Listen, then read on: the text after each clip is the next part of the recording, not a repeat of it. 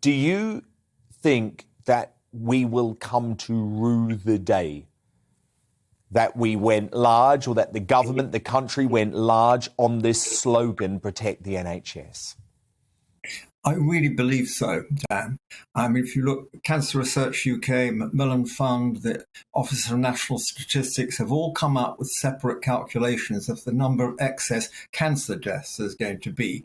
And they're all roughly the same, between 40 and 50,000 for the year 2021. And it's not over yet, and that's the problem.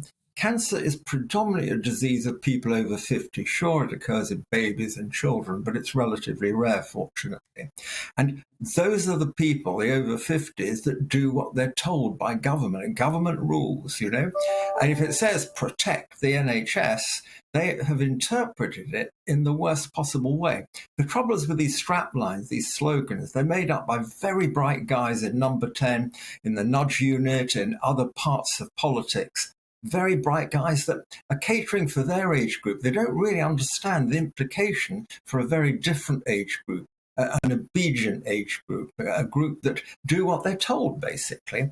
And I think the biggest stumbling block to get cancer diagnosis is not the GPs, it's not the hospitals, it's the patients themselves. They just weren't coming forward, and we've got to stop that. And Karol, look, it seems like a basic thing to say, but the NHS is there to protect us, and we always have to remember that.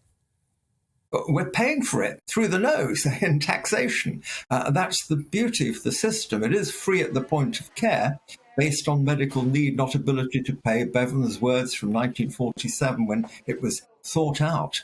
The problem, of course, is that it's now really stopped by a whole slew of mainly elderly patients that have nowhere to go out of hospital. They're well enough to go and they can't go anywhere.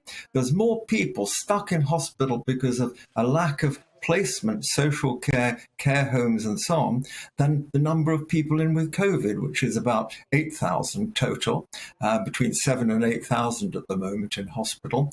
And yet there are 10,000 people just waiting to get out of hospital if we could only find the appropriate place for them. So it really is a challenging situation. And as we've heard in the previous item, the controversy about Christmas, hospitals are not chock-a-block. They're running well. But people are still very frightened, and things like Christmas lockdown would take us right back to square one, especially for the older generation. And Karol, one thing in your column for the Mail that really stunned me was the lengths that hospitals are still going to sort of be COVID safe, right? So all of the sanitising of the rooms and everything is actually meaning that they're screening far fewer people for cancer. Do you think they actually need to drop some of these COVID protocols and just get folk in?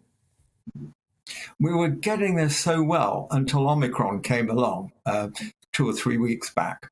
That threw us right back, and people are now scared.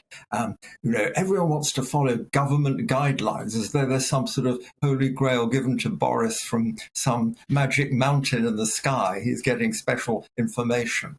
Of course, none of us really know. The scientists that advise make a deal, make their careers out of being gloomy. People like me have to be optimistic because we want to treat cancer patients. My heart colleagues, my cardiology colleagues want to treat heart attack victims. They're struggling as well. So it's getting a balance between the two and being realistic. And of course, Omicron has thrown that up, hopefully temporarily, because it's either going to fizzle out in the next few weeks as a fearsome disease, or it's going to be a catastrophe.